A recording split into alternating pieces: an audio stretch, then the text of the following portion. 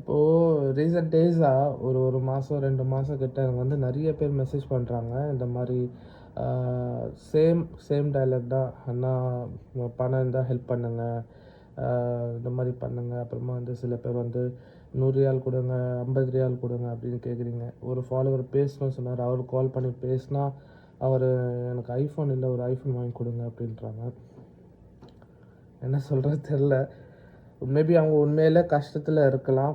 ஓகேங்களா, அது எப்படின்னு நம்மளுக்கு இப்படி நம்புறது நமக்கு தெரியல. ஏன்னா இப்போ ரீசெண்ட்லி ஒரு வீடியோ பார்த்தேன். ஒருத்தருக்கு கண்ணே இல்லை, அவர் ஃப்ரெண்டை கையை பிடிச்சிக்கிட்டு அவர் மூட்டை தூக்கி காய்கறியை வந்து ட்ரான்ஸ்ஃபர் பண்ணி பணம் சம்பாதிக்கிறாங்க. உங்கள் கை கால் நல்லா இருந்துச்சுன்னா நீங்கள் உழைச்சி சாப்பிட்லாம், உதவி கேட்க தேவையில்லை. பட் இருந்தாலும் நீங்கள் உண்மையிலே கஷ்டத்தில் இருந்தீங்கன்னா என்ன சொல்கிறது தெரியல. நீ ஹெல்ப் பண்ணலாமே அப்படின்னு கேட்டிங்கன்னா, நான் ஏகப்பட்ட கடனில் இருக்கேன். அப்படி எவ்வளோ தாண்டா கடன் வச்சுருக்கேன் அப்படின்னு கேட்டிங்கன்னா, தாங்க மாட்டீங்கடா. இது என்னன்னு தெரியும், தாங்க மாட்டீங்க. மனசுக்குள்ள போட்டு அழுத்திக்கிட்டு இருக்கேன்னு